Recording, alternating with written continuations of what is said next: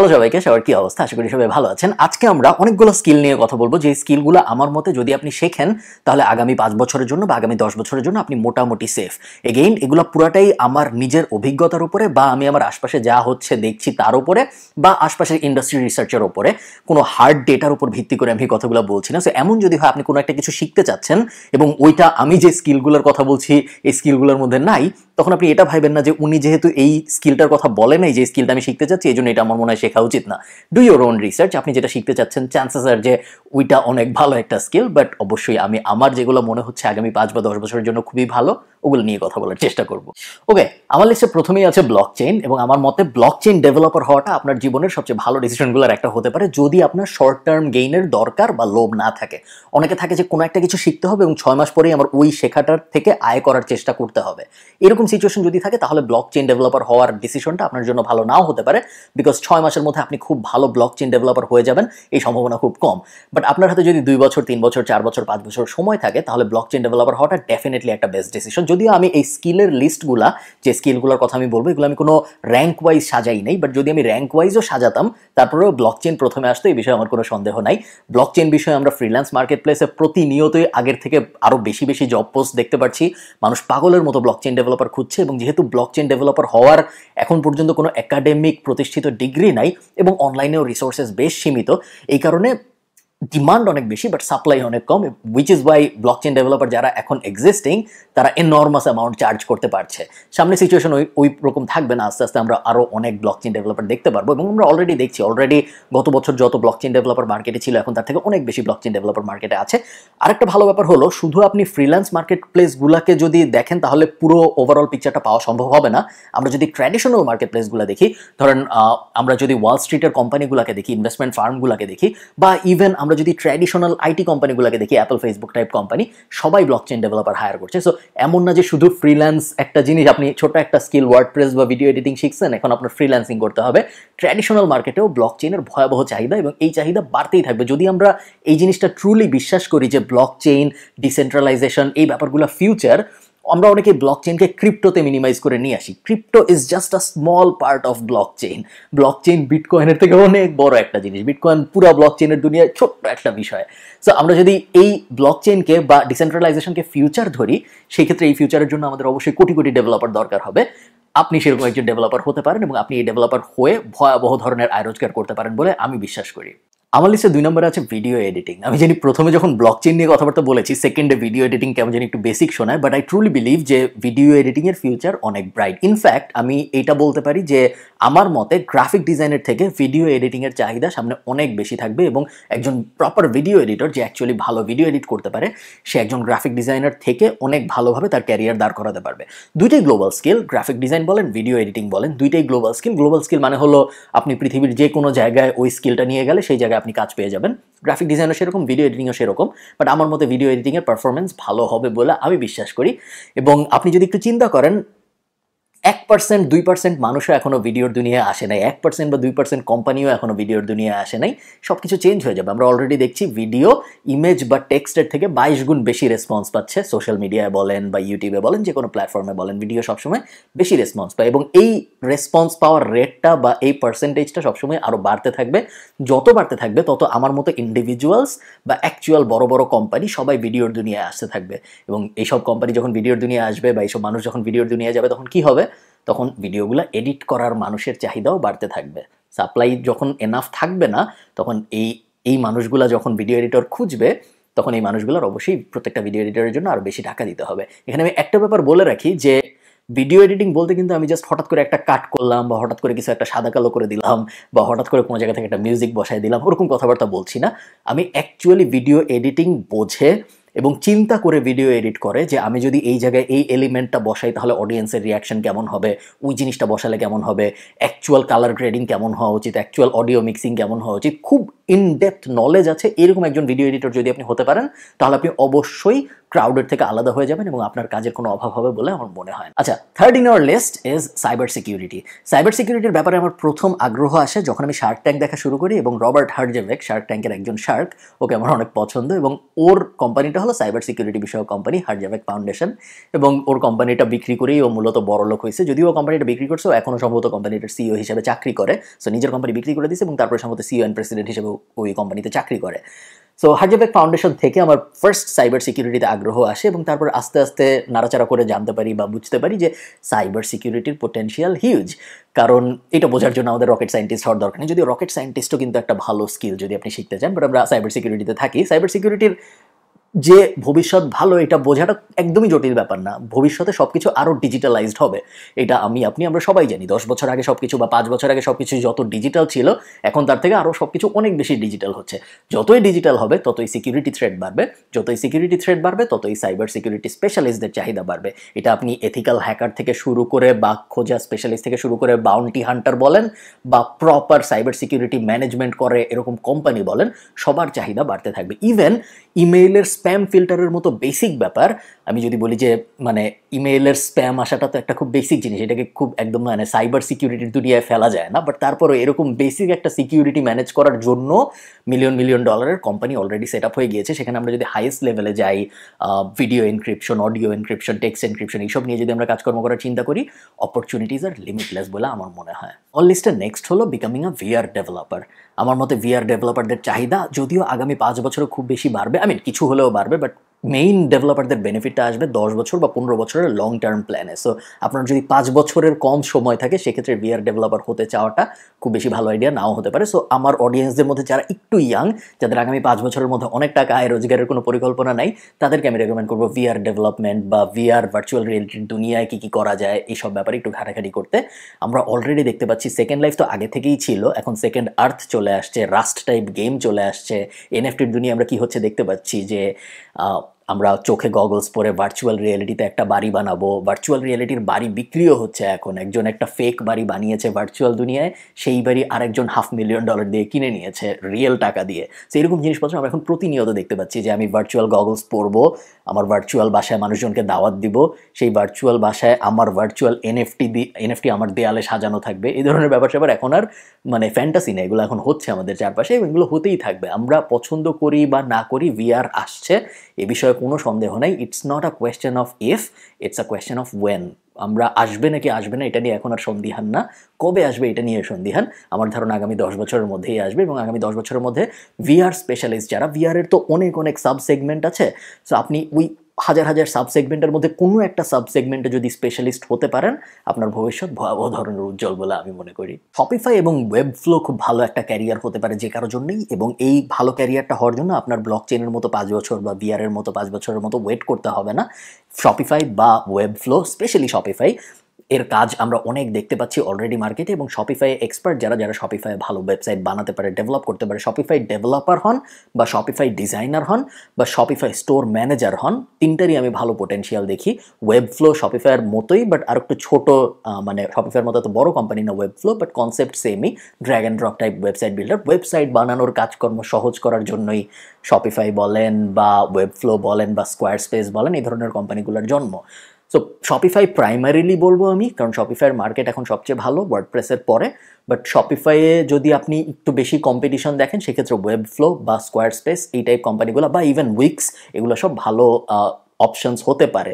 যদিও আমি উইক্সের তেমন কোনো ভালো ফিউচার দেখি না, but I can say the same about Shopify. শপিফাইয়ের ফিউচার খুব ভালো হবে বলে আমার মনে হয়, এবং শপিফাইয়ের প্রেজেন্টও অনেক ভালো। শপিফাই পাবলিকলি ট্রেডেড কোম্পানি এখন, এবং শপিফাইকে একটা ইউনিকর্ন বলা হয় পাবলিকলি ট্রেডেড কোম্পানির দুনিয়ায়। সো একজন শপিফাই এক্সপার্ট হিসেবে আবারও বলি, শপিফাইয়ের অনেক সাব সেগমেন্ট আছে, যে কোনো স্কিলেরই অনেক সাব সেগমেন্ট থাকে। আপনারা কোনো কিছু কিভাবে শেখে এই বিষয়ক আমার যে ভিডিওটা আছে ওখানে আপনারা দেখেছেন, আমি বলেছি যে কোনো কিছু আসলে কিভাবে শিখে। ওই শেখার টেমপ্লেটটা আপনি শপিফাই শেখার ক্ষেত্রে, ব্লক চেইন শেখার ক্ষেত্রে, ভিআর শেখার ক্ষেত্রে, যাই শিখতে চান, সাইবার সিকিউরিটি শেখার ক্ষেত্রে, সব ক্ষেত্রেই আপনি ওই টেমপ্লেটটা ফলো করতে পারেন। ফেয়ার ক্ষেত্রে ওয়েবসাইটকে স্টোর বলা হয়, কারণ শপিফাই প্রায় 99.99% মানুষ ই কমার্স ওয়েবসাইটের জন্য ইউজ করে। নর্মাল ওয়েবসাইট যারা বানায় তারা শপিফাই সাধারণত ওয়েবসাইট বানায় না, ই কমার্স ওয়েবসাইট যারা বানায় তারাই শপিফাই ওয়েবসাইট বানায়। সো আপনি যদি একজন ট্রু এক্সপার্ট হন শপিফাইয়ের দুনিয়ায় বা ওয়েবফ্লোর দুনিয়ায়, আপনার কোনো কাজের অভাব 2021 সালে এসে হবে না, 2025 সালে যেও হবে না বলে আমি কোনো প্রোগ্রামার না, কিন্তু আমাকে যদি বলা হতো যে একটা প্রোগ্রামিং ল্যাঙ্গুয়েজ শিখতে হবে এবং ওই প্রোগ্রামিং ল্যাঙ্গুয়েজটা শিখে আগামী 6 মাস বা 12 মাসের মধ্যে আয় রোজগার করা শুরু করতে হবে, সেই ক্ষেত্রে সম্ভবত আমি জাভাস্ক্রিপ্টকে বেছে নিতাম। কারণ কন্টিনিউয়াসলি আমি দেখি প্রত্যেকটা কোয়ার্টারের ডেটা আমি যখন দেখি, ফ্রিল্যান্স মার্কেট প্লেস বলেন বা রিয়েল ওয়ার্ল্ডে বলেন, সবসময় দেখা যায় জাভাস্ক্রিপ্ট খুব ইন ডিমান্ড একটা স্কিল। এবং গত 2-3 বছরের মধ্যে জাভাস্ক্রিপ্ট যারা জানে, যারা জাভাস্ক্রিপ্টে প্রোগ্রামিং ল্যাঙ্গুয়েজ লিখতে পারে, তাদের চাহিদা সবসময় টপ 10 ফ্রিল্যান্সারদের লিস্টের মধ্যে ছিল। ফ্রিল্যান্সার আমি স্পেসিফিক্যালি বলছি তার কারণ ফ্রিল্যান্সারদের ডেটা পাওয়াটা সহজ, বাট রিয়েল ওয়ার্ল্ডেও আমি শিওর মোটামুটিভাবে প্রোগ্রামিং ল্যাঙ্গুয়েজের যারা স্কিল লিস্ট করে বা প্রোগ্রামিং ল্যাঙ্গুয়েজ কোনগুলো সবচেয়ে জনপ্রিয় এই ধরনের যারা র্যাঙ্কিং করে, এই র্যাঙ্কিংগুলোর মধ্যে সবসময় জাভাস্ক্রিপ্ট উপরের দিকে থাকে। আমি নিজে প্রোগ্রামার না, আবারও বলি, বাট যদি আমি প্রোগ্রামার হতে চাইতাম এখন এই মুহূর্তে আজকের দুনিয়ায়, এবং আমার যদি এমন হতো যে আমার আগামী 6 মাস বা 12 মাসের মধ্যে আয় রোজগার করা শুরু করতে হবে, তখন আমি ব্লক চেইন নিয়ে কাজকর্ম করতাম না, কারণ ব্লক চেইনে আগামী 12 মাসের মধ্যে আয় রোজগার শুরু করতে পারবো বলে আমার মনে হয় না। বাট আমার ধারণা জাভাস্ক্রিপ্টে আমি পারবো। সো যাদের এরকম প্ল্যান আগামী 1 বছর বা 1.5 বছরের মধ্যে আয় রোজগার শুরু করতে হবে এবং খুব তাড়াতাড়ি এমন একটা ল্যাঙ্গুয়েজ আমি শিখতে চাচ্ছি যে ল্যাঙ্গুয়েজটার রিয়েল লাইফ অ্যাপ্লিকেশন এখনই আছে এবং এখনই অনেক ডিমান্ড আছে, সেই ক্ষেত্রে জাভাস্ক্রিপ্টের কোনো অল্টারনেটিভ আছে বলে আমার মনে হয় না এই মুহূর্তে। এতক্ষণ অনেক টেকনিক্যাল স্কিল নিয়ে কথাবার্তা হলো, বাট টেকনোলজি দিয়ে অ্যালোন তো দুনিয়া চলবে না, তাই না? আমাদের আরও অনেক ধরনের স্কিল দরকার হবে, এবং তার মধ্যে একটা হলো accounting, but not debit credit type accounting, QuickBooks বা Xero type accounting. Accounting related অনেক সফটওয়্যার এখন মার্কেটে আসছে, যেমন কুইক বুকস, যেমন জেরো, ইনভয়েস নিনজা, স্ট্রাইপ। এই ধরনের, স্ট্রাইপ ঠিক অ্যাকাউন্টিং সফটওয়্যার না, Stripe is a payment gateway, but you get the point, right?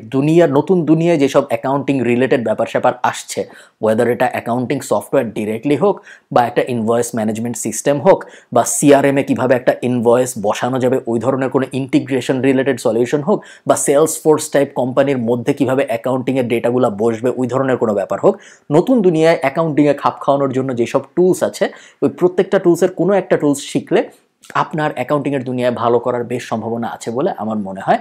এটা আমি আমার একদম ব্যক্তিগত অভিজ্ঞতা থেকে বলছি। আমাদের কোম্পানিতে আমরা যখন আমাদের কোম্পানিতে আমরা গত মাসে অ্যাকাউন্টেন্ট হায়ার করেছি, ফ্রিল্যান্স অ্যাকাউন্টেন্ট। আমরা প্রত্যেক মাসে 400 ইউরো দিচ্ছি এবং 400 ইউরো দেওয়ার বদলে সে আমাদের পুরো অ্যাকাউন্টস প্রত্যেক মাসে ম্যানেজ করছে। বছরে 2000 ইউরো বা প্রত্যেক মাসে 400 ইউরো, এরকম একটা ডিল হয়েছে তার সাথে আমাদের।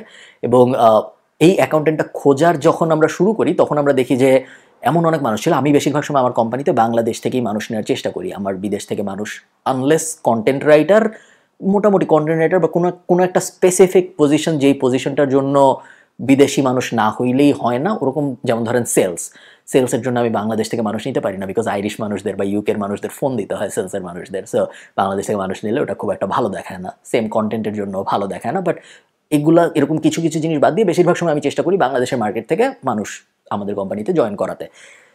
অ্যাকাউন্টিংয়ের জন্য আমাদের এরকম প্ল্যান ছিল, বাট যখন আমরা আস্তে আস্তে প্ল্যান করা শুরু করলাম তখন দেখলাম বাংলাদেশের প্রবলেমটা হলো আমাদের ট্র্যাডিশনাল যে পড়াশোনা হচ্ছে অ্যাকাউন্টিংয়ের দুনিয়ায়, ওইখানে নতুন দুনিয়ার সাথে ইন্টিগ্রেশন করতে যা যা লাগে ওই সব ব্যাপারে খুব কম জিনিসই শেখানো হয়। এমন মানুষ আমি খুব কমই দেখেছি যারা ট্রুলি জেরোতে এক্সপার্ট বা যারা ট্রুলি কুইক বুকসে এক্সপার্ট, যারা আমাদের প্রশ্ন, যেমন ধরেন আমার একটা ফ্লোতে প্রবলেম ছিল, আমাদের কোম্পানির রিয়েল লাইফ এক্সাম্পল দিই আমি আপনাদের। আমাদের একটা ফ্লোতে প্রবলেম ছিল যে আমরা এমন একটা ফ্লো বানাতে চেয়েছি যে আমরা ক্লায়েন্টকে একটা কন্ট্রাক্ট পাঠাবো, সেই কন্ট্রাক্টটা ক্লায়েন্ট ক্লিক করবে, কন্ট্রাক্টে ক্লিক করার পরে কন্ট্রাক্টটা ওপেন হবে, কন্ট্রাক্টটা পুরোটা ক্লায়েন্ট পড়বে, নিচে সাইন করবে, সাইন মানে ইলেকট্রনিক সিগনেচার দিবে নিচে, সিগনেচারটা দেওয়ার পরে নেক্সট স্ক্রিনে তার পেমেন্ট ইনভয়েসটা ওপেন হবে, এবং পেমেন্ট ইনভয়েসটা ওপেন হওয়ার পরে সে যখন পেমেন্টটা পে করবে তখন তার একটা ডিরেক্ট ডেবিট শুরু হবে। আমি জানি আমি একটু কমপ্লিকেটেড করে ফেলছি ব্যাপারটা। ডিরেক্ট ডেবিট মানে হলো একটা সাবস্ক্রিপশন শুরু হবে, এবং ওই সাবস্ক্রিপশনটা যখন শুরু হবে তখন আমাদের কাছে একটা নোটিফিকেশন আসবে যে এই ক্লায়েন্টটা টাকা দিয়েছে, আমাদের সাবস্ক্রিপশন শুরু হয়েছে, ওর কাজ শুরু করো। এবং ক্লায়েন্টের সাবস্ক্রিপশন যদি কখনো ফেল করে তখন আমাদের আরেকটা নোটিফিকেশন আসবে। সো এই সিস্টেমটা আমরা বানাতে চেয়েছিলাম, এবং এই সিস্টেম বানানোর জন্য আমাদের একটা প্রপার অ্যাকাউন্টেন্ট দরকার ছিল, যেই অ্যাকাউন্টেন্টের পেমেন্ট গেটওয়ে সম্পর্কে ভালো আইডিয়া আছে, ইন্টিগ্রেশন সম্পর্কে ভালো আইডিয়া আছে, কুইক বুকস বা জেরো এই টাইপ অ্যাকাউন্টিং সফটওয়্যার সম্পর্কে ভালো আইডিয়া আছে, স্ট্রাইপ বিষয়ে ভালো আইডিয়া আছে, যেহেতু স্ট্রাইপ আমাদের পেমেন্ট গেটওয়ে। বাট এরকম অ্যাকাউন্টেন্ট খুঁজে পেতে আমাদের খুব খুব খুব কষ্ট হয়েছে, এবং ইভেনচুয়ালি আমাদের একটা বিদেশি অ্যাকাউন্টিং ফার্মের সাথে যোগাযোগ করে ওদের একটা ফ্রিল্যান্সার, ওদের একটা কন্ট্রাক্টর ব্যবহার করে এখন আমরা এই পুরো জিনিসটা সেট আপ করছি। অ্যাকাউন্টিংয়ের ফিউচার বেশ ভালো, অ্যাজ লং অ্যাজ আপনি নতুন দুনিয়ায় অ্যাকাউন্টিংয়ে কী কী লাগে সেই সবের সাথে নিজেকে অ্যাডজাস্ট করতে পারতেছেন। পুরান দুনিয়ায় আপনি ডেবিট ক্রেডিট একটা খাতার মধ্যে 2 ভাগ করে এক পাশে ডেবিট এক পাশে ক্রেডিট ওরকম হইলে আমার মনে হয় না খুব একটা ভবিষ্যৎ ভালো হবে কারো। ওকে, অনেকক্ষণ তো হাবিজাবি জিনিসপত্র নিয়ে কথাবার্তা বললাম, এখন আমরা অ্যাকচুয়াল মার্কেটিং জিনিসপত্র নিয়ে একটু কথাবার্তা বলি। এবং 2টা স্কিল আছে, যে 2টা স্কিল আমার মতে মার্কেটিংয়ের দুনিয়ার বেশ জনপ্রিয় 2টা স্কিল, এবং এই 2টা স্কিল মার্কেটিংয়ের দুনিয়ায় আমি আগামী 5, 10, 15 বছরও সাস্টেইন করতে দেখি। প্রথমটা হলো সেলস।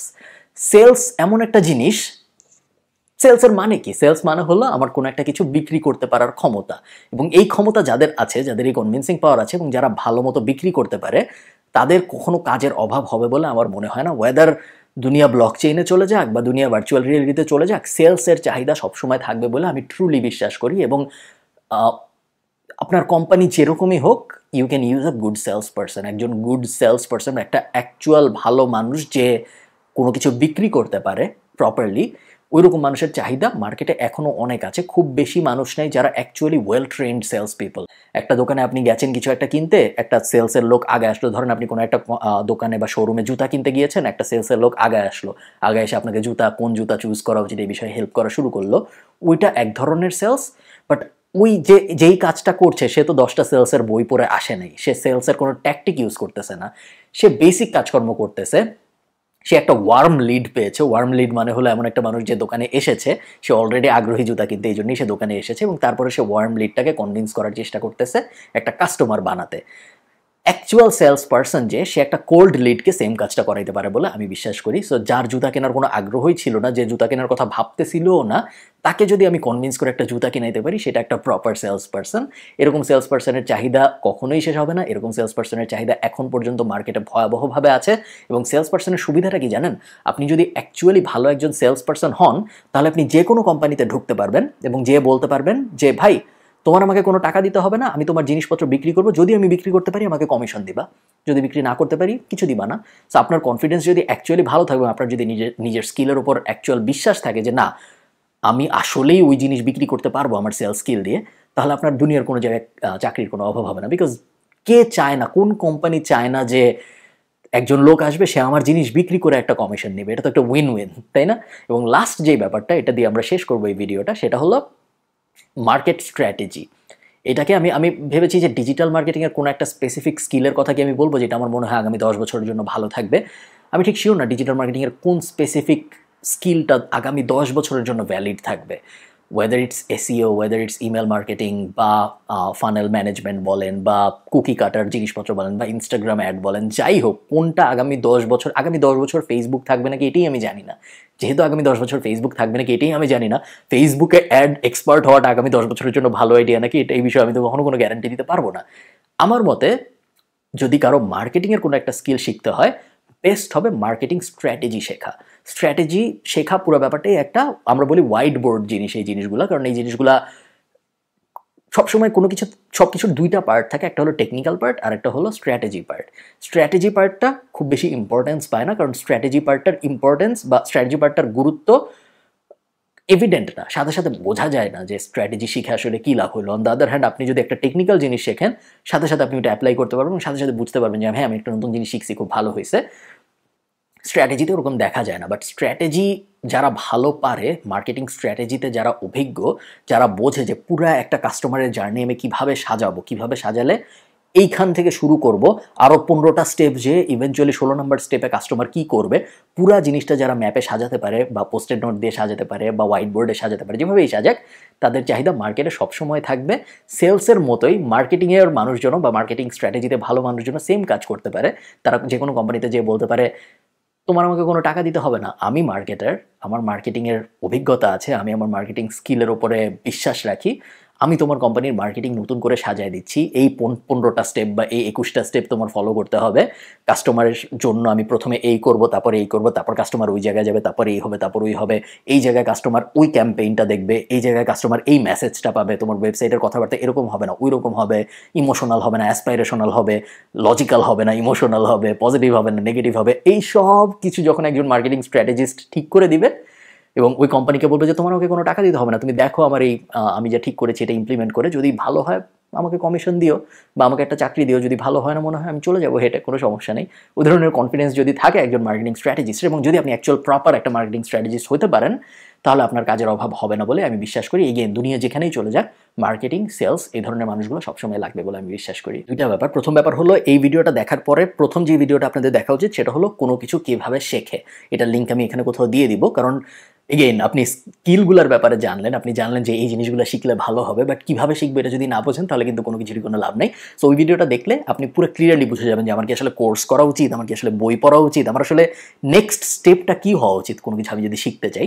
সো ওই ভিডিওটা হাইলি রেকমেন্ডেড। এবং আমাকে অবশ্যই আপনি কমেন্টে জানাবেন যে এই স্কিলগুলোর মধ্যে, এই 9টা স্কিল, যে 9টা স্কিল নিয়ে আমি কথাবার্তা বললাম, এই 9টা স্কিলের মধ্যে আপনার কি মনে হয় আপনার কোনটা শিখতে বেশি আগ্রহ হচ্ছে। আমি একটু সহজ করে বলি যে আপনার মনে হবে যে মার্কেটিং বা সেলস শিখি আমি। এটা মনে হওয়ার কারণ দুইটা। এক, আমার ভিডিও যারা দেখে তারা বেশিরভাগই মার্কেটিং আগ্রহী মানুষ, এটা একটা কারণ। আরেকটা কারণ, মার্কেটিং বা সেলস সবচেয়ে সহজ মনে হয় শিখতে গেলে, তার কারণ অন্যগুলো টেকনিক্যাল এবং এটা টেকনিক্যাল না। যেহেতু এটা টেকনিক্যাল না, যখনই কোনো একটা জিনিস টেকনিক্যাল না তখন আমাদের ব্রেন ধরে নেয় ওই জিনিসটা শেখা মনে হয় খুব সহজ। আসলে কিন্তু মার্কেটিং এবং সেলস শেখাটা খুব কঠিন। আমার মতে জাভাস্ক্রিপ্ট শেখা থেকেও মার্কেটিং অ্যান্ড সেলস শেখা অনেক বেশি কঠিন। ডিবেটেবল হইতে পারে, বাট আমি এটা ট্রুলি বিশ্বাস করি। আপনারা আমাকে একটু কমেন্টে জানাবেন আপনাদের কি মনে হয় এই 9টা স্কিলের মধ্যে কোন স্কিল সবচেয়ে ভালো এবং কোন স্কিল আপনার শেখা উচিত। কেন আমি কমেন্ট করতে বলছি, তার কারণ অনেকেই আসবে যারা কমেন্ট পড়ে, সবাই তো ইউটিউবের কমেন্ট পড়ে, সবাই তো কমেন্ট করে না, বাট অনেকেই আসে যারা কমেন্ট থেকে গাইডেন্স নেওয়ার চেষ্টা করে। সো যারা কমেন্ট পড়তে আসবে এবং তারা যখন কমেন্টে দেখবে যে 1000 মানুষ বলছে জাভাস্ক্রিপ্ট ভার্সেস মাত্র 2 জন বলছে অ্যাকাউন্টিং, তখন তারা জাভাস্ক্রিপ্ট যে আসলেই শেখা ভালো ওই বিষয়ে আরেকটু কনফিডেন্স পাবে এবং ইভেনচুয়ালি তাদের ক্যারিয়ারটা ভালো হবে। এবং এছাড়াও কমেন্ট পড়তে আমার সবসময় ভালো লাগে। ভালো থাকেন সবাই, ভিডিওটা একটা লাইক দেবেন। দেখা হবে আপনাদের সাথে পরের ভিডিওতে। টাটা।